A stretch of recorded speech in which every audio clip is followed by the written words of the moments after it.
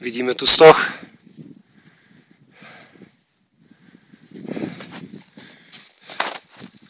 A tu už máme našich horalov, skialpinistov. Maťo, ako sa šlape? Vynikajúco.